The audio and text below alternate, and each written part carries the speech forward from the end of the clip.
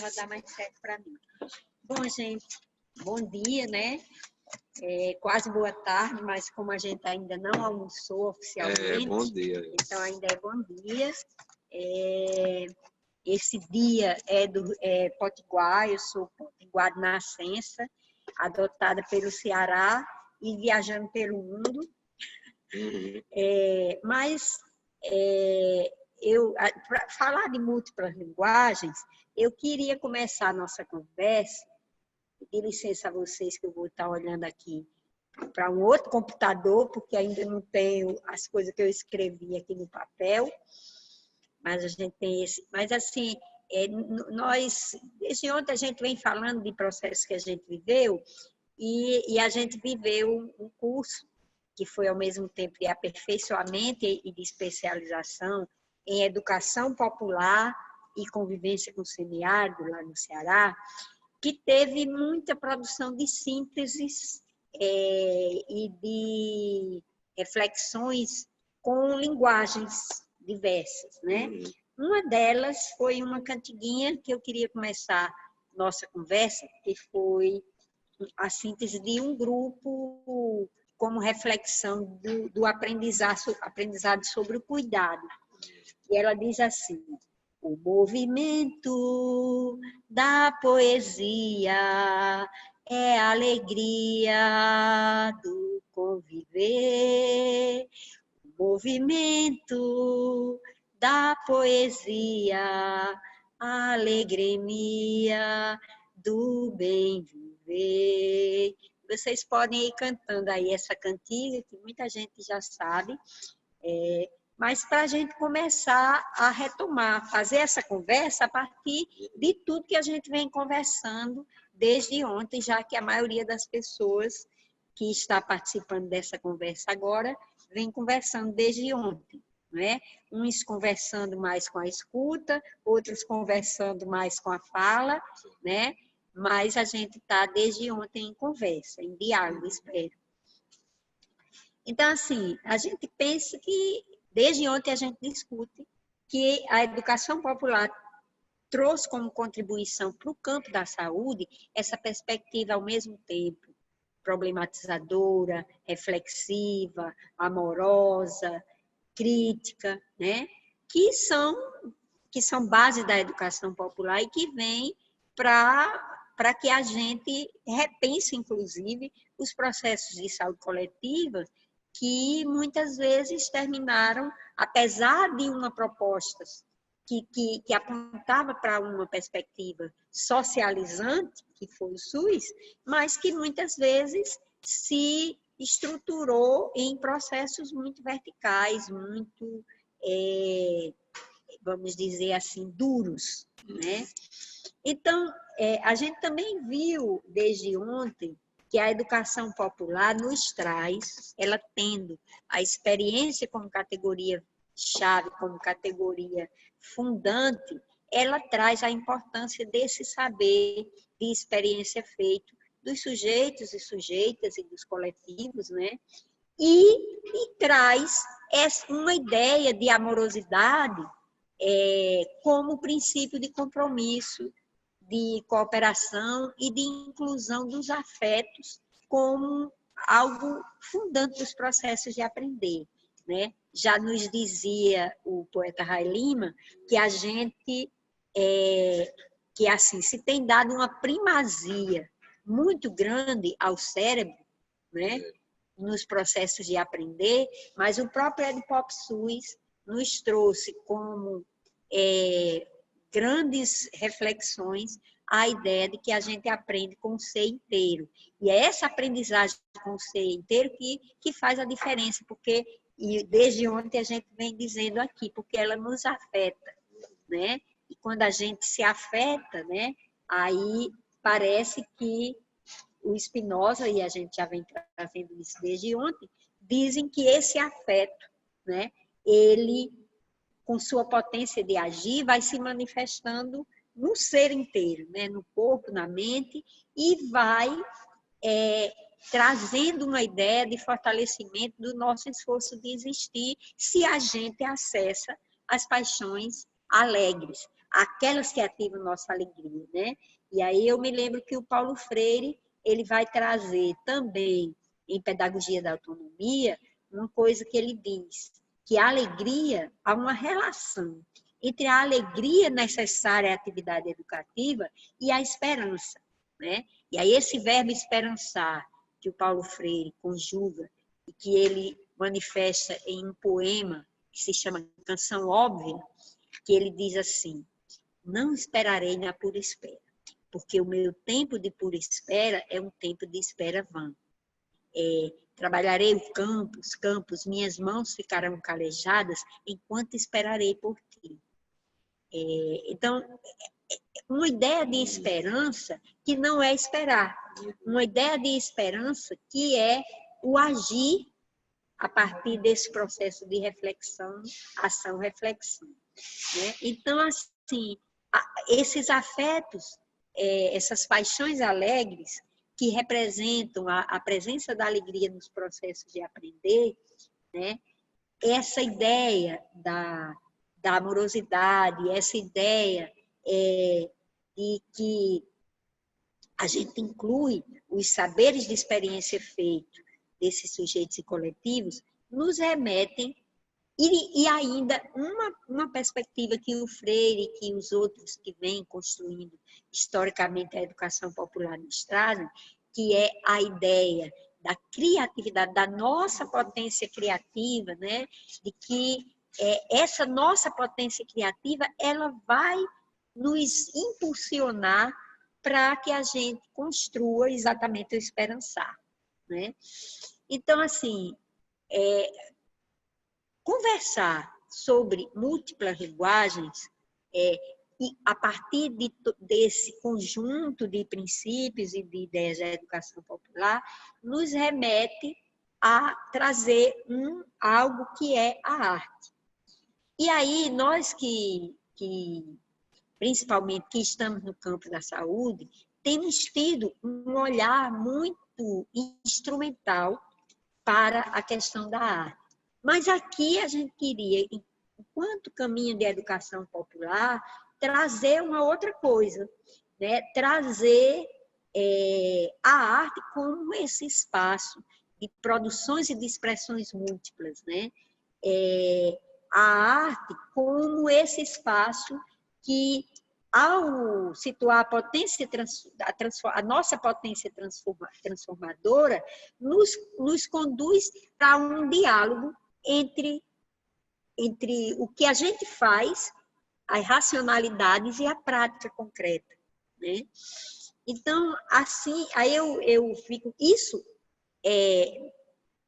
trabalhar a arte, considerando ela como uma dimensão, como algo que manifesta, que expressa a nossa potência criativa, não significa deslocá-la de uma outra discussão vinculada à questão dos enfrentamentos com as ordens sociais, com a dimensão da politicidade dela, né? A Ângela Linhares, ela vai nos dizer que parece que quando a gente traz a arte para esse contexto dos processos de educação popular, a gente se remete a pensar uma educação política e estética que inclua um trabalho de conhecer a partir dos processos de pensamento que se usam em arte e que se vinculam aos padrões de sentir do ser humano. Então, muito mais do que essa ou aquela linguagem que a gente possa usar, a arte nos parece ser esse espaço de expressão dos padrões de sentir da nossa humanescência ou da nossa humanidade, né? E aí, assim, então, a prática artística, ela nessa perspectiva, ela não se descola de uma matriz política, né? Isso eu acho que é uma coisa importante para a gente pensar. Outra coisa, a educação popular, ela vai trazer, além da arte, as expressões da cultura popular. né? Eu lembro de escutar, durante o último congresso, penúltimo congresso da Abrasco, no Rio, o Brandão, e ele dizia assim,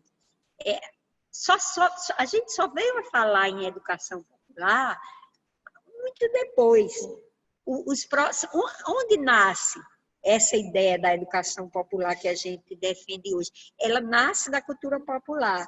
Então, naquele tempo de pré-ditadura e depois de ditadura, eram os espaços da cultura popular que iam abrindo as questões e iam fazendo os diálogos com a educação, com o trabalho, com a saúde, né? Então, assim, eu penso que trazer, antes de falar especificamente das linguagens, essas expressões de arte, elas vão trazer para a gente a representação, a recriação e a reelaboração da realidade de forma simbólica, né? E ela, colocada no contexto da educação popular, vão trazendo para a gente a perspectiva de uma prática social libertadora, cujas expressões não se separam da vida cotidiana e não se separam dos processos de vida e de morte das comunidades, né? O Reinaldo nos falava hoje. Eu lembro que, quando eu chego ao Ceará e começo a conviver com as comunidades eclesiais de base, eles faziam uma vivência que depois, nas cirandas da vida, a gente retomou ao reconstituir as histórias de luta e resistência das comunidades, que era a comunidade mapear os sinais de vida e os sinais de morte, né? Então, a arte, ela está vinculada a essas matrizes, né? Que são matrizes do nosso processo humano, né? Mas parece-nos que, nessas experiências que se tem vivenciado, a arte aparece como uma possibilidade de pensar o fazer em saúde, envolvendo dimensões que não são só as dimensões racionais, né? E que reconhecem a estética popular como um elemento importante, porque ele é capaz de produzir sentidos e sentimentos, né? Então, assim, essa compreensão, eu acho, de pensar uma arte, uma estética e os elementos da cultura popular como elementos importantes para a construção dos processos pedagógicos, dos processos organizativos, dos processos de formação, dos processos de produção de conhecimento em educação popular, elas vão nos ajudando a também pensar que essas expressões, elas estão nos espaços onde a gente vai. Elas estão nas comunidades com suas inúmeras possibilidades e suas múltiplas culturas, né? Porque não podemos falar de uma só. Elas estão nos espaços acadêmicos, por exemplo, porque nós estamos trabalhando com educadores e educandos que vêm e que trazem no seu corpo, na sua mente, na sua alma, as suas culturas também. E trazem isso para se colocar em diálogo. E isso, aí o Paulo Freire nos lembrava, quando ele nos falava de multiculturalidade, não como justaposição de cultura, mas como possibilidades de que essas várias dimensões culturais pudessem dialogar sem que uma se sobrepusesse à outra, né? Então, assim, parece-nos que as experiências que a gente tem vivenciado no Brasil e na América Latina, do fazer com a arte, a educação popular em saúde, de permear com a arte e a cultura popular os processos pedagógicos que a gente faz nesses vários espaços, vão nos ajudando a construir um olhar sobre a cultura que seja comprometido e respeitoso com os modos de andar a vida das pessoas, dos coletivos, dos movimentos, né? E, no campo da saúde, mais especificamente, de promover de ajudar a promover relações mais vivas e mais horizontais entre os que trabalham no campo da saúde, seja como educadores, seja como na atenção, e aqueles que estão no contexto dos territórios, né? Que a gente, no SUS,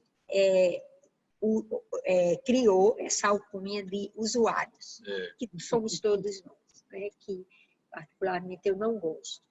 Então, assim, penso que essa questão introdutória, para fazer essa reflexão da educação popular em seus diálogos com a arte e a cultura popular,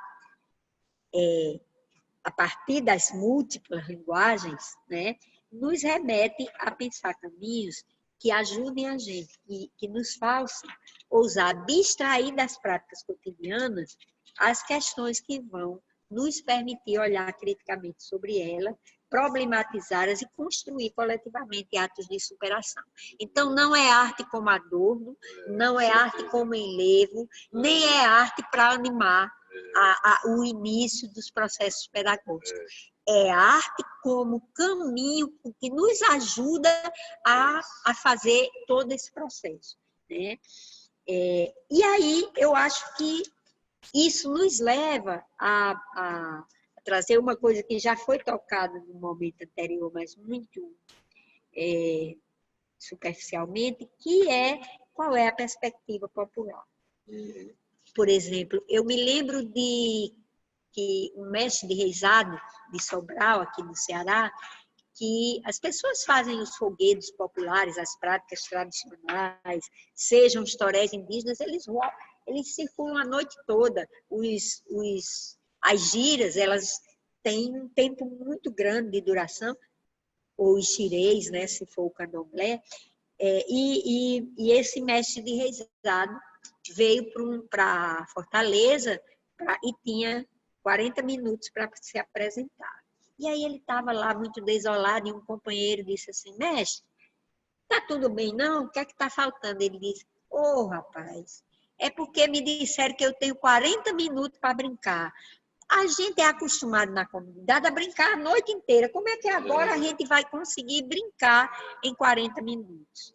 Né? Então, eu acho que olhar para qual é a perspectiva popular. Né? Então, qual é o olhar desses atores e atrizes, dos movimentos populares, dos espaços no território, né, dos conselhos de saúde, qual é o olhar desses atores e atrizes que vão protagonizar as ações de transformação das situações limite que se colocam no cotidiano.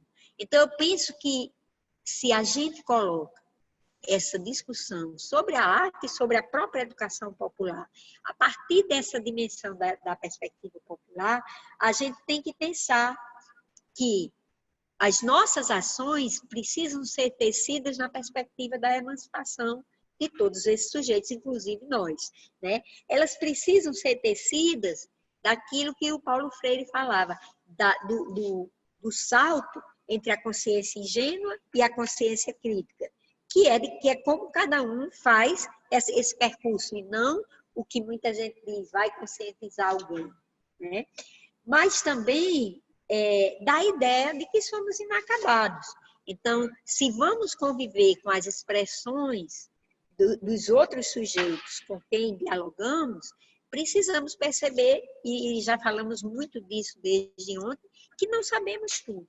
Precisamos trazer esse princípio da humildade, de dizer assim, eu escuto esta pessoa, mesmo seja ela uma pessoa que está vivendo na rua, seja ela um cigano, seja ela uma pessoa que está em uso abusivo de drogas, seja ela uma pessoa de uma organização popular, eu a olho como diria o Buber, como um legítimo outro. Eu e tu, numa relação dialógica, porque o que essa pessoa, o que esse coletivo tem para me dizer é algo legítimo e eu vou aprender com isso. Né? E aí, essa ideia de que, nessa ideia de perspectiva popular, a gente se orienta por uma ética que busca a justiça, a solidariedade, o rompimento com as relações de opressão e que traz uma tensão permanente entre a ação política e os fortalecimentos dos espaços organizativos que animam a luta popular. Nós conversamos um pouco sobre isso na discussão anterior. Então, parece que a arte, ao produzir atos limites transformadores da realidade, eles atualizam a potência criativa desses diversos sujeitos, né? E aí, assim, a gente vai buscando experiências que vêm desenvolvendo possibilidades desse agir solidário, desse agir emancipatório, né? Por exemplo, no Ceará, a gente vivenciou durante o período de 2005 a 2009 uma experiência que se chamou Cirandas da Vida, que ela ainda existe no nome, mas ela hoje... E que uma das perspectivas era, olha, vamos escutar as pessoas em suas histórias de luta e resistência.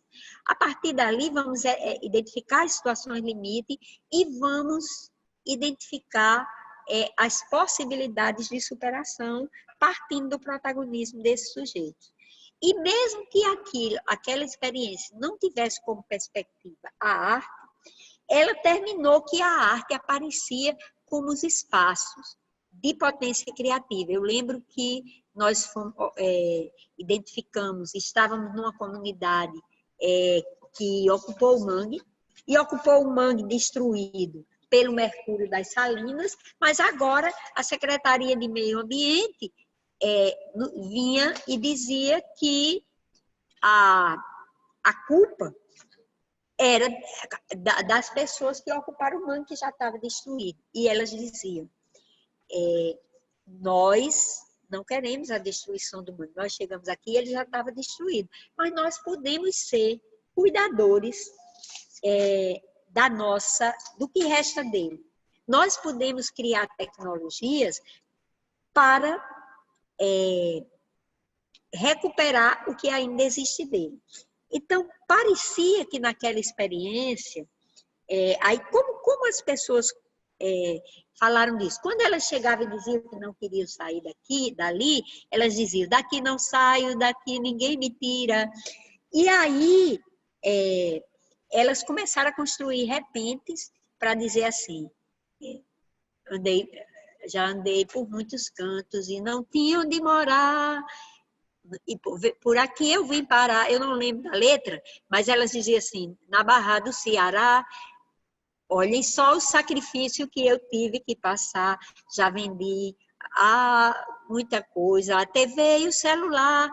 Então, elas começaram a contar com os repentes as dificuldades que passaram e começaram a propor. E aí eu, naquele tempo, resolvi fazer um diálogo daquele repente que elas faziam e eu não sabia fazer, com o nosso cirandeiro daquela região, que era um músico, que se chama João Soares, e eu resolvi fazer uma música com a síntese do que eles trouxeram, que eu queria cantar um pedacinho para vocês. Eles diziam assim, ciranda, eu disse, relendo o que eles disseram. Ciranda gira, girar, cantar no mangue, cantar, viver no mangue, viver.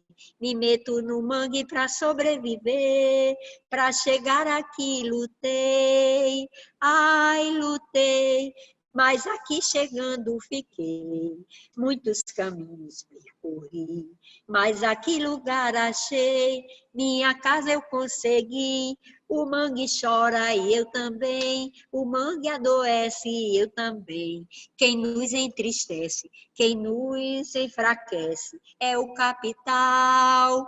Quem nos envivece, quem nos fortalece é a nossa luta e organização. Não queremos a morte, não, não queremos a morte, não. Queremos a vida, a nossa poesia, a nossa cultura e a nossa alegria.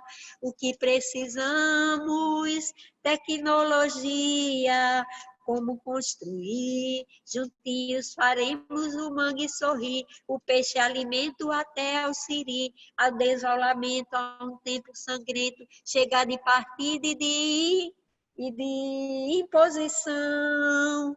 Então, veja, parece que as mulheres construíram uma síntese a partir do repente, que era um saber de experiência feito delas. O Johnson, que é um músico, construiu uma musicalidade para fazer uma tradução intercultural do que as mulheres disseram, e eu me ousei em exercitar minha potência criativa e fazer uma coisa que eu nunca tinha feito, que era produzir uma cantiga para fazer a transcrição da narrativa dos dois, né? Do cirandeiro e das pessoas que viviam, que ele também era um dos que vivia no lugar. Então, eu fico pensando que outra experiência para falar de outra linguagem, né? Foi uma experiência que a gente viveu ainda nas Cirandas da Vida, num espaço que se chama Conjunto Palmeira, é uma área periférica da cidade, foi uma área de ocupação que as pessoas foram destituídas de outros lugares e o governo ofertou aquele lugar e as pessoas tiveram que construir suas casas em mutirão e construir também a luta pela água, pelo transporte público, pela eletricidade, e as mulheres trouxeram nesse contexto a questão da violência doméstica. E elas diziam que precisavam fazer uma discussão sobre a violência que considerasse mulheres e homens em relação. E aí, o teatro do oprimido foi a linguagem que coube com aquele coletivo, e a partir do teatro do oprimido, onde elas puderam trazer as cenas que elas viviam de opressão e se transfigurar, né, no seu processo criativo, ali elas puderam romper com a cultura do silêncio e produzir um espetáculo, que aí já não era mais de teatro do oprimido, mas um espetáculo que discutia a violência doméstica e que apontava a Lei Maria da Penha como uma coisa que surge no Ceará, como uma forma de romper a cultura do silêncio, e que elas apontavam a necessidade de que as mulheres todas na cidade de Fortaleza, na periferia, tivessem conhecimento da potência da lei. Elas saíram circulando com esse espetáculo, discutindo essas situações. Então, assim, parece que o teatro do oprimido, do mesmo modo como a música foi naquela outra experiência,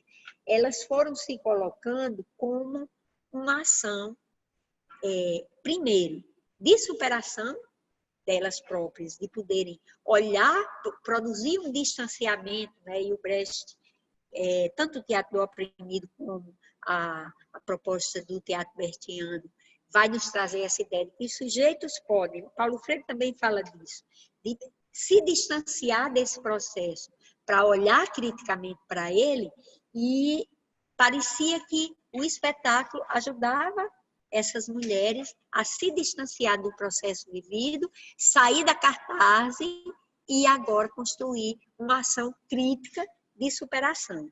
Mas, ao mesmo tempo, parecia-me que aquele espetáculo, essa linguagem do teatral, ela trazia um outro elemento, que era o elemento comunicacional. Então, elas entendiam aquele espetáculo como uma ferramenta, um instrumento comunicacional para que elas pudessem dialogar com outras mulheres sobre os seus próprios processos vividos, né?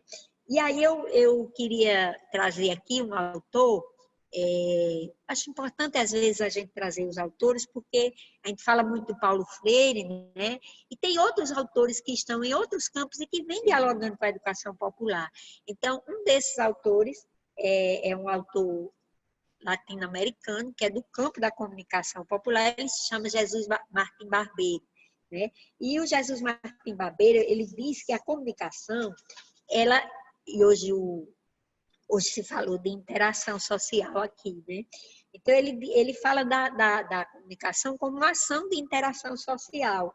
E é uma ação que implica convivência, que implica criação, que implica produção com o outro, de novos saberes e de formas de ser. Então, uma ação que busca contribuir no enfrentamento dos problemas cotidianos e que afirma a importância da experiência comunicativa desses saberes cotidianos da cultura popular. Então, parece que aquela experiência das mulheres, ao sentirem-se no papel de comunicadoras dessa discussão, do rompimento da cultura do silêncio, elas compreendiam esse papel social que Jesus Martim Babel nos traz, né? Então, ao mesmo tempo, ao fazerem distanciamento crítico, elas consideravam também a historicidade dos processos. Elas iam recuperando de como o que elas já viveram, mas de como hoje elas se colocam nesse outro papel. E a historicidade é um outro princípio muito importante da educação popular, que a gente tem discutido pouco, e que é exatamente essa questão da historicidade que vai nos trazer a dimensão contextual, né? Então, as pessoas vivem nesse tempo histórico, nessas condições históricas, falamos muito do nosso contexto atual, né? Quer dizer, que é um contexto, por exemplo, o contexto que vivemos hoje no Brasil é um contexto latino-americano, né? E aí, também, a gente, essas experiências que nós, como coletivos de educação popular, fomos construindo, as tendas Paulo Freire, os V-Pop, as práticas que as caravanas populares que em alguns lugares se fizeram, o Ed Pop SUS e seus desdobramentos, né? Também foram trazendo para a gente outras possibilidades das linguagens. São muitas as linguagens, né?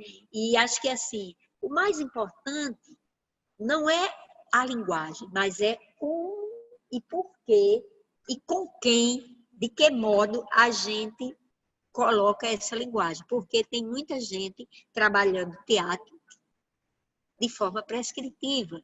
Tem muita gente que está trabalhando a música, as famosas paródias, de forma prescritiva, né? Outros não, outros trazem isso para um outro contexto. Então, nesse percurso da educação popular e a partir da minha experiência, né, porque a gente também fala daquilo que viveu, uma linguagem que tem se colocado como muito potente para fazer esse diálogo com a educação popular tem sido a seno-poesia. A seno-poesia é uma linguagem que foi criada no contexto de um movimento popular, que é o Movimento Popular Escambo Livre de Rua, que é um movimento que eu também tive a felicidade de ajudar na sua construção inicial, hoje tem menos envolvimento, e ela parte da ideia de que as linguagens elas podem se compor e construir diálogos sem uma se submeter à outra. Na minha concepção, elas se aproximam muito daquilo que o Bakhtin chamou de polifonia. Então, eu posso compor a cantiga com um poema, com uma fala de alguém, com uma mulher fazendo uma prática de cuidado, né? Mas isso, uma não está a serviço da outra. Não é uma música a serviço da cena teatral, ou vice-versa, né? É um diálogo. E a seno-poesia, ela tem hoje assim, vários modos de fazer. Um deles é o desafio de repente. Mas um dos princípios dela é a ideia de que cada pessoa tem um repertório humano. E esse repertório humano você acessa naquele contexto, naquelas condições e no diálogo que você constitui com aqueles que estão ali, que também têm seus próprios repertórios humanos. Então, o que é que eu posso, nesse momento em que eu dialogo com a Renata, que traz um elemento da palhaçaria, o que é que eu tenho para compor com Renata e não para competir com ela? O que é que nós podemos juntas comunicar? E o que os nossos repertórios humanos podem ajudar a problematizar uma determinada realidade. E aí, assim, é muito cuidadoso isso, a gente vai também cometendo os erros cotidianos que são dos nossos inacabamentos, né? Nós vivemos uma situação assim durante o Congresso da ABASCO, né? Onde a gente se propôs a fazer um ato sendo poético para dialogar com um determinado conjunto de sujeitos, sem antes termos o cuidado de conferir se esses sujeitos desejavam esse diálogo. E aí o diálogo não aconteceu. Essas coisas eu vejo com muita naturalidade para que a gente vá tendo exatamente essas coisas todas que a gente foi discutindo desde ontem. A humildade de perceber que a gente não sabe tudo, que a gente é inacabado. Mas o que é que a gente aprende com isso que a gente viveu? Né? Então, assim, a Sendo Poesia, ela tem, para nós no Ceará e em outros lugares por onde a gente tem ido, ela tem sido um espaço muito importante, porque nela cabe, inclusive, o cinema, inclusive o vídeo, né? Nela cabe a poesia, nela cabe o desenho, nela cabe todas as formas de linguagem, né? Mas nessa perspectiva de que a relação que a gente constitui no processo de educação popular não é uma relação de mercado, não é uma relação de troca ou de consumo, de uso, né? É uma relação de interação, é uma relação de cooperação, é uma relação amorosa na perspectiva da educação popular, né?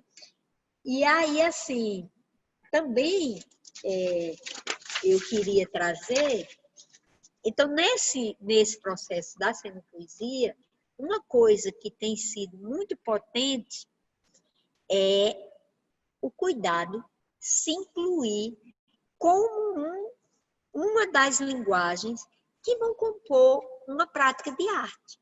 Esse cuidado como espaço de expressão criativa. Por exemplo, no Ceará a gente tem feito muito o que a gente chama de corredor sendo poético de cuidado.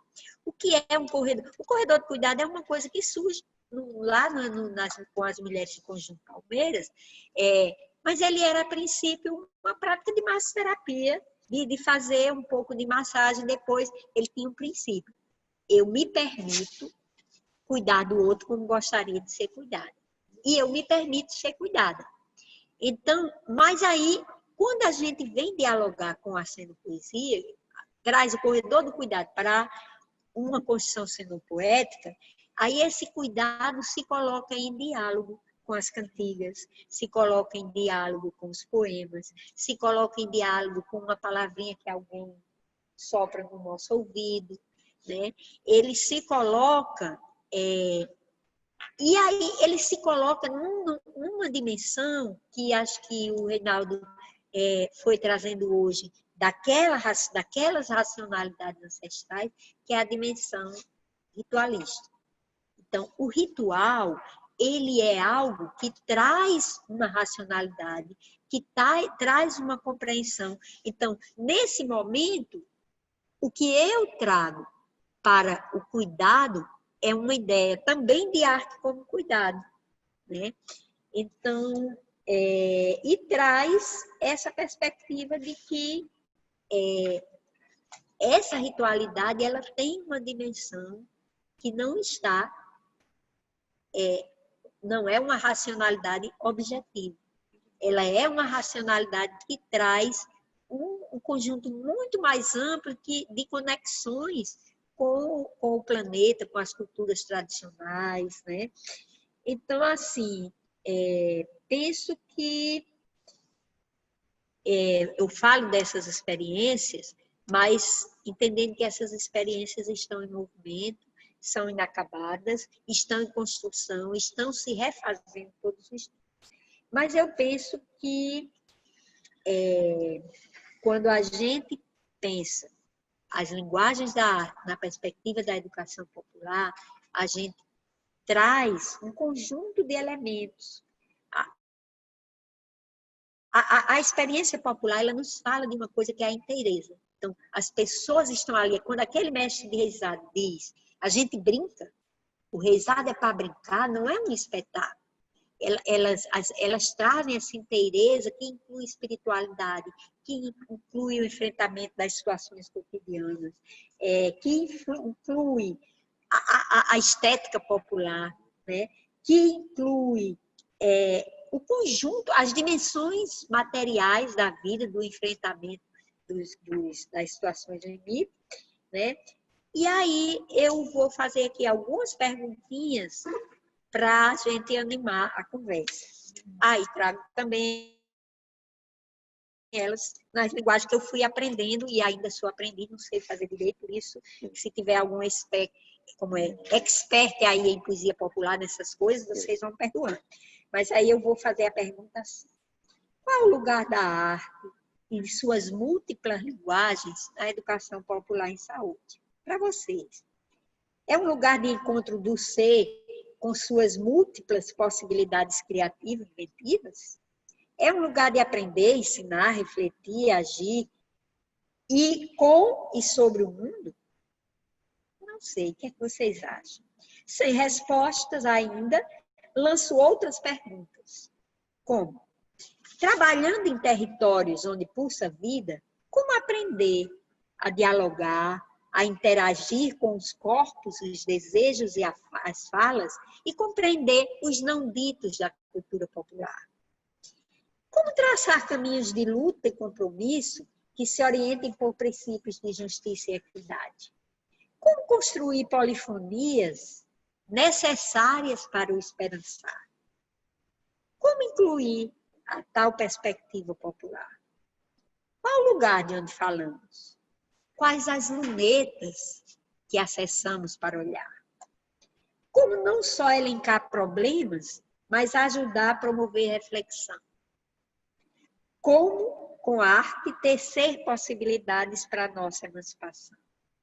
Como reencantar-se, reencantar e não ficar à mercê? Como encontrar pares para seguir, dançando, cirandando e despertando alegres paixões para a potencialização do ser e do existir? Como ser sonhação? Como criar, sorrir, cantar e incluir, construindo polifonias, para fazer pulsar nossos afetos em expressões de alegria. Bem, eram essas as provocações iniciais e agora eu deixo a palavra com vocês.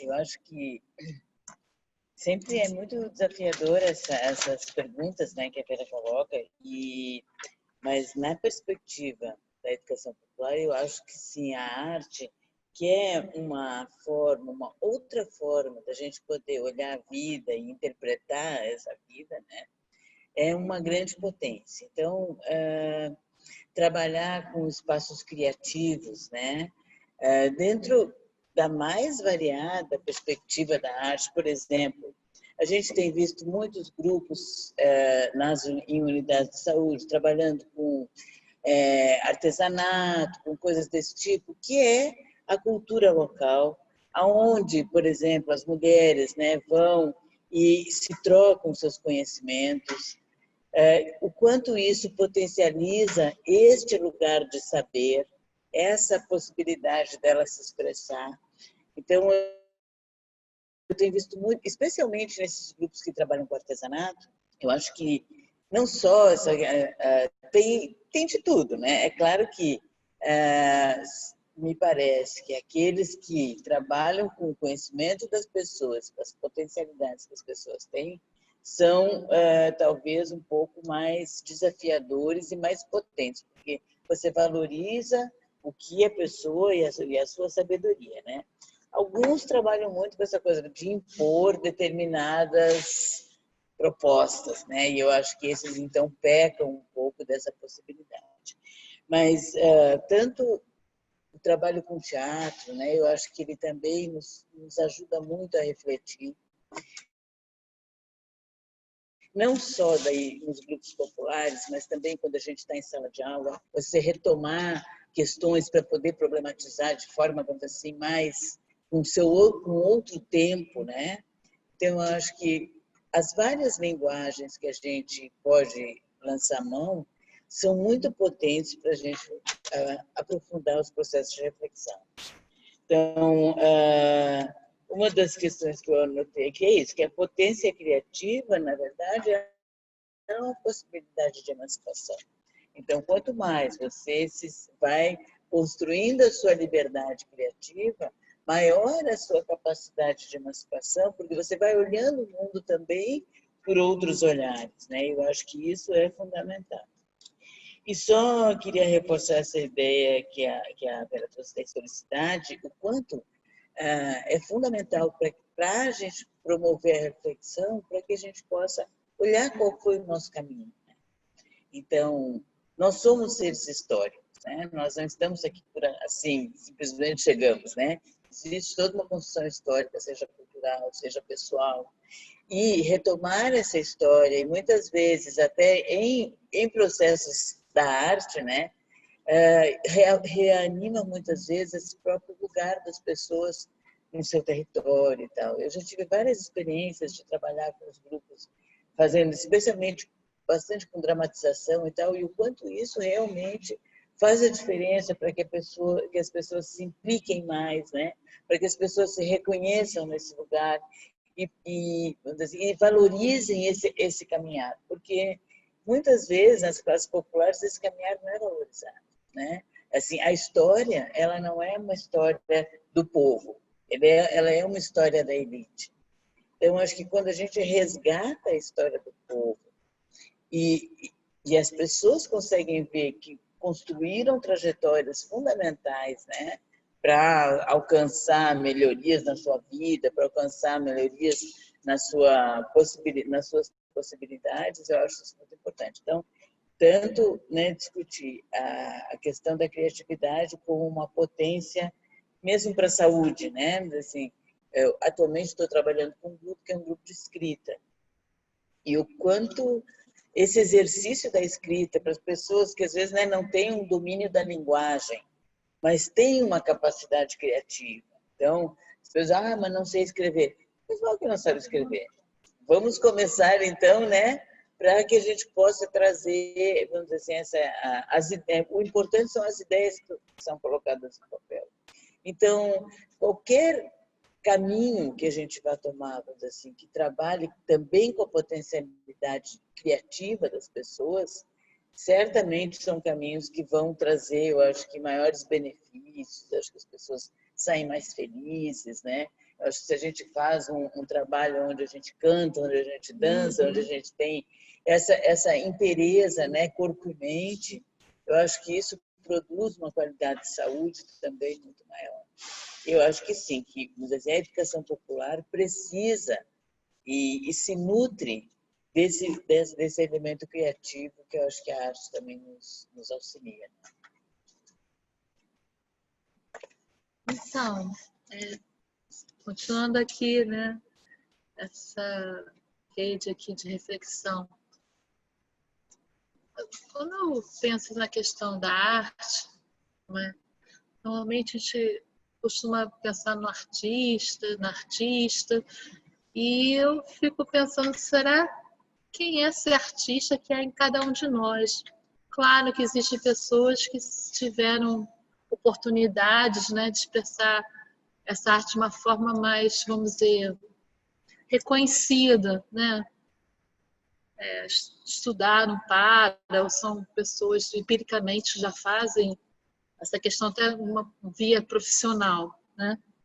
Mas acho que quando eu olho para essa palavra arte, eu penso que é a arte que existe na arte exatamente da existência. Todos nós, né, somos artistas, né?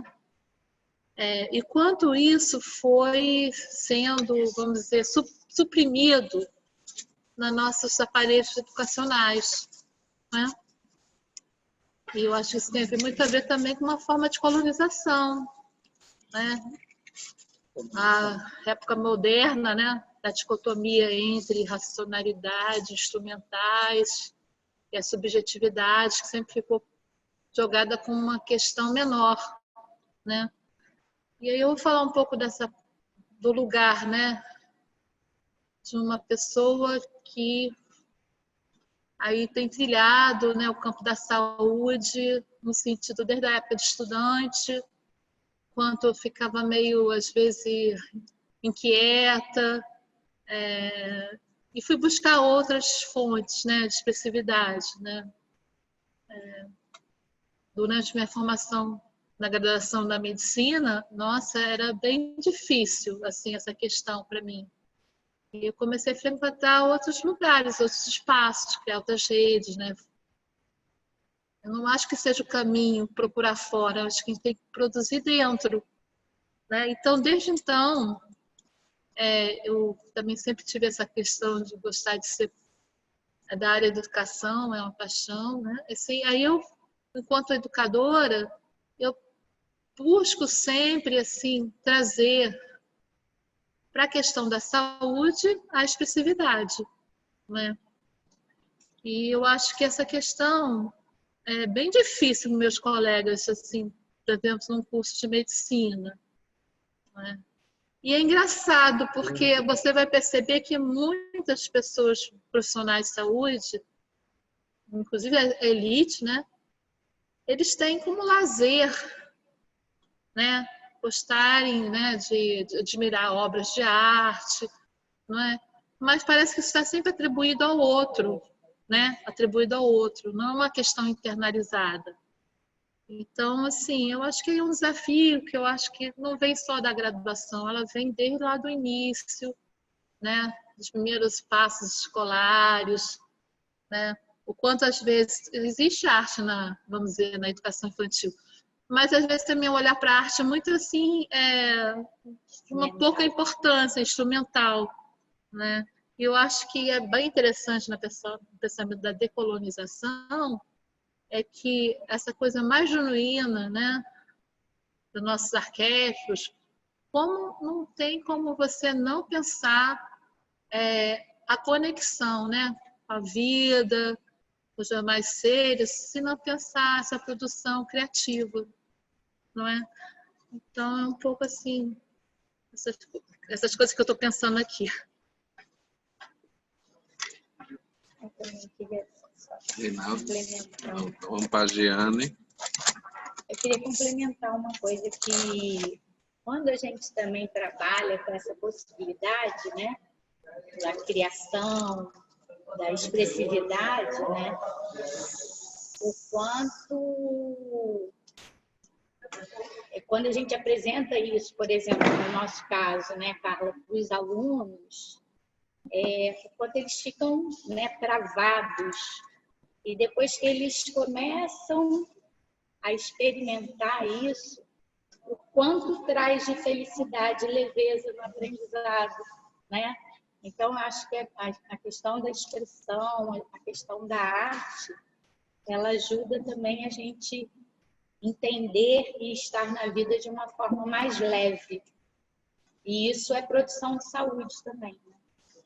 Então, eu acho bem bacana o que a Vera trouxe. É uma coisa que a gente vem, né, tentando e fazer, principalmente na formação, né, dos alunos de saúde, para ver se quebra um pouco essa coisa pesada, às vezes, da própria formação. Certeza. A contribuição da Verinha me estimulou a pensar três coisas, né? Primeira, a ideia da arte, dos rituais, como expressão de uma outra lógica, né? Uma outra racionalidade no processo de comunicação, de construção do conhecimento da comunidade. E, de fato, assim, aí eu me pergunto assim, o que é a arte, né? O que é o ritual, né? E de um aspecto eu percebo que há na arte o uso e a potencialização de diferentes linguagens, né? Além da linguagem verbal ou escrita, se ativa todos os dispositivos de comunicação visual, corporal, auditiva, sensitiva, tátil, dos sabores, né? Todas essas são estruturas de comunicação e de interação do ser vivo com o ambiente que criam estruturas de comunicação e de reciprocidade, portanto, de alimentação de processos vivos, né?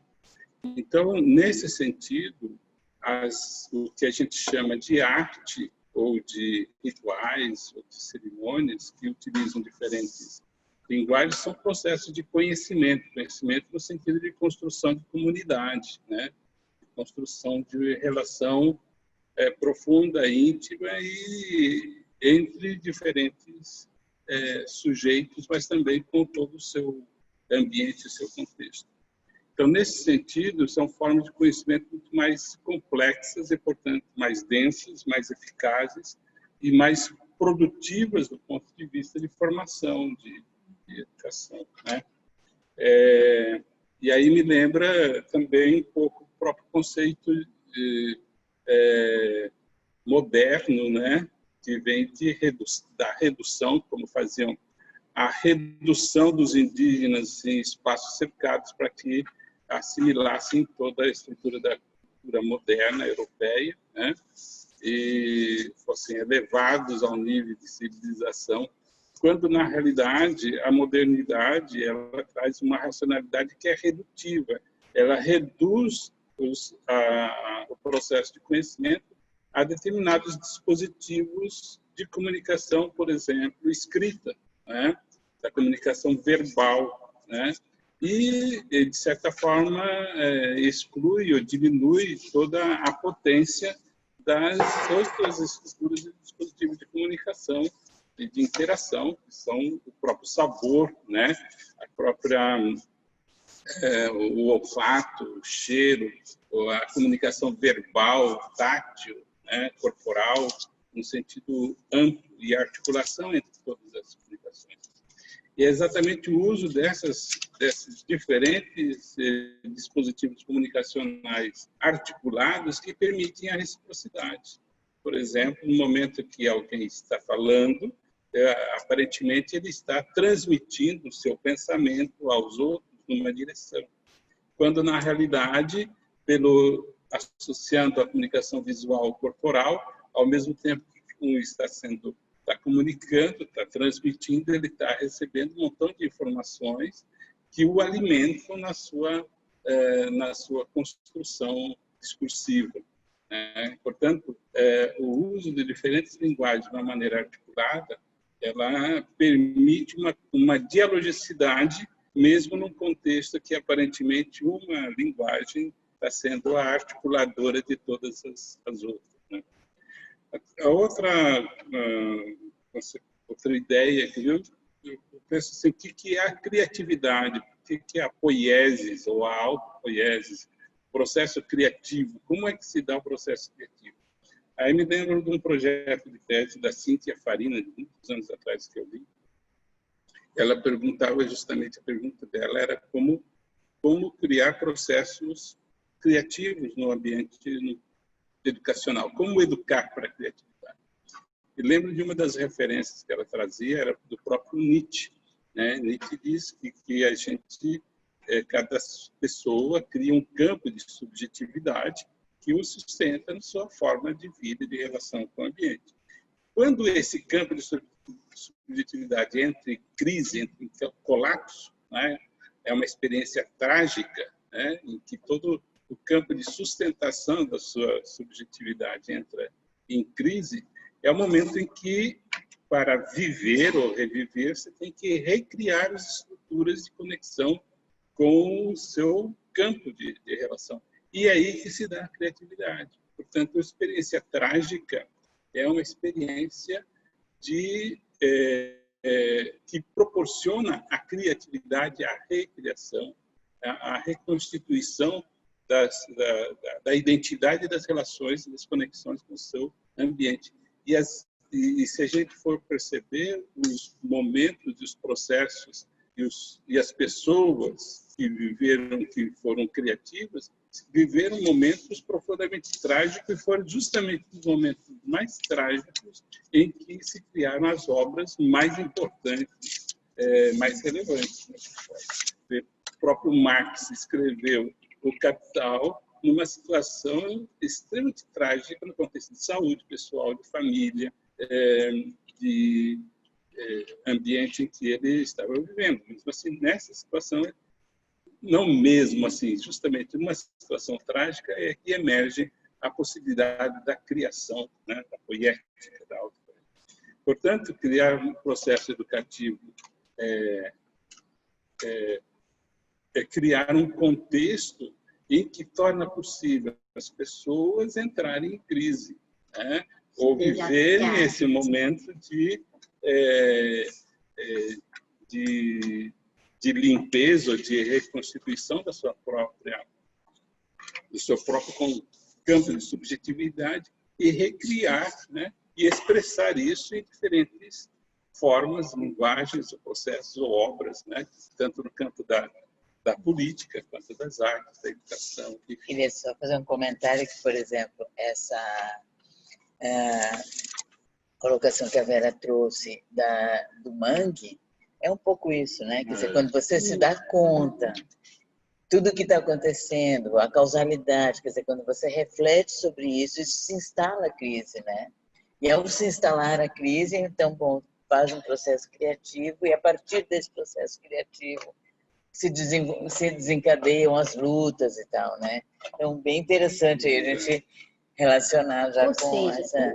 Ali eu paro um momento para refletir isso, eu me distancio do problema, porque a Madre Teresa de Calcutá, ela vai dizer, você vive as situações de crise e você pode ter dois movimentos. Um é o de ficar sofrendo com isso e o outro é de tirar disso o aprendizado e as formas de superação, né?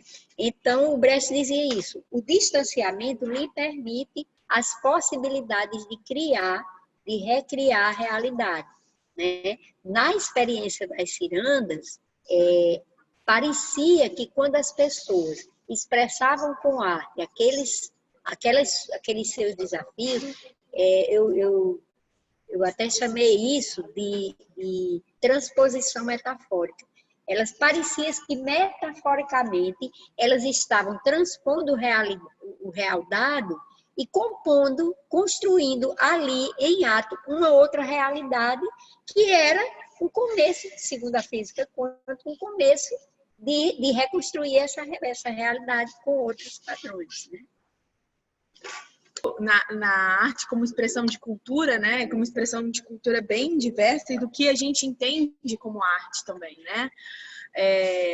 A pintura corporal, por exemplo, dos povos indígenas, né? Como aquilo é arte, é cultura, mas é também religiosidade, espiritualidade, é resistência, né? Aquilo não é só um desenho na pele, né? Aquilo traz um acabouço, inclusive de cura, né? De cuidado. Algumas daquelas pinturas corporais são tratamentos terapêuticos, né? Então, assim, e toda essa ideia, né? E também a arte como resistência. Por exemplo, em várias construções pelo Brasil, né, mas no Rio de Janeiro é muito comum, tem determinada letra, que é uma letra do banto, que os escravos colocavam propositalmente como se fosse um desenho, aquilo passa, né? Se você não sabe que aquilo é uma letra que representa luta e resistência para esses povos, mas entre eles conseguiam identificar que aquilo é uma marca, aquilo é ao mesmo tempo... como é que elas chamam mesmo, Carla? Não consegui... A dicas, isso. E elas são fundamentais ali para a organização deles, para os movimentos de resistência. E também não deixam de ser uma forma de expressão de arte, de cultura, né? Mas como isso passa, porque não é a definição dominante do que é considerado arte. E aí isso passa. E aí a coisa do ritual também me lembrou muito de como ritualizar a vida é importante, né? Especialmente nesses tempos que a gente vive de correria, de conexão, de estar o tempo todo no WhatsApp. E aí, como é fundamental a gente ter esses momentos de ritualidade, né? Que não precisam ser... Às vezes a gente fala em ritual e vem uma ideia muito grande, né? De algo grandioso, que você vai precisar de uma grande coisa. E o ritual, ele pode ser uma automassagem, o corredor do cuidado, né? Que hoje eu acho que é tão presente em vários lugares de encontro. E como e é um ritual de cuidado que eu acho que é uma marca hoje, muito desses coletivos, né, desses espaços. É muito interessante saber a origem. Eu, por exemplo, fui saber essa origem mais recentemente, ano passado, quando li um texto seu, porque tipo, corredor de cuidado, para sempre, né? Mas é algo que é marcado de história e de sentido, e de que é isso, né? De que a gente precisa dessa ritualidade, a gente precisa ritualizar a vida para também trazer essa presença que a gente está falando agora. Eu achei legal que a gente acabou criando um ritual aqui nosso nesse encontro, porque a gente fecha um painel, então a gente cria um momento de fechar e a gente abre de novo. E aí isso tem trazido um movimento, né? E é isso, às vezes são pequenas coisas, mas que trazem essa presença, né? Que acho que o ritual tem de força, de trazer a presença, de trazer... E não deixa de ser também uma forma de cultura. Era isso. Oi, bom dia. Eu cheguei já um pouco pegando a parte final das falas, mas a Vera tocou num aspecto que eu acho que é importante a gente, de alguma maneira, cultivar uma reflexão hoje, que é a questão do distanciamento. A gente fala muito, a gente pratica, na verdade, às vezes um distanciamento para olhar o outro, mas não para se olhar dentro do processo, né? Eu só queria mencionar que, assim, um exercício que a gente fez durante alguns anos na disciplina sobre construção partilhada foi o de analisar, de discutir essa questão do distanciamento para a nossa prática educativa e também para a pesquisa participativa, a partir do texto de um conto do Edgar Allan Poe, Uma Descida ao Maelstrom, que é muito interessante, estar na internet. É um conto que uma pessoa que está visitando um lugar lá no norte. O Maelstrom é uma palavra norueguesa, se eu não me engano, para designar um redemoinho que acontece nas águas e os navios são engolidos. E uma pessoa está ali olhando e tem um homem do lado e ele fala, olhe para o mar e agora veja o que está acontecendo. De repente se forma um tal redemoinho. Aí ele conta a história de como ele sobreviveu a um naufrágio. E é um conto longo, ele vai descrevendo todo o desespero dele, ele e o irmão dentro do navio, vendo as coisas rodando. Mas em algum momento ele consegue fazer um distanciamento e se ver na situação de desespero e de crise e notar que tem algumas coisas que podem ser saídas, né? Ele nota que, por exemplo, alguns objetos mais leves flutuam no redemoinho e ele se agarra num barril, um barril pequeno de bebida, e ele consegue flutuar e sair. Então ele se viu numa situação de desespero e encontrou saída para essa situação de desespero, mas somente porque estava dentro da situação de desespero e conseguiu se ver.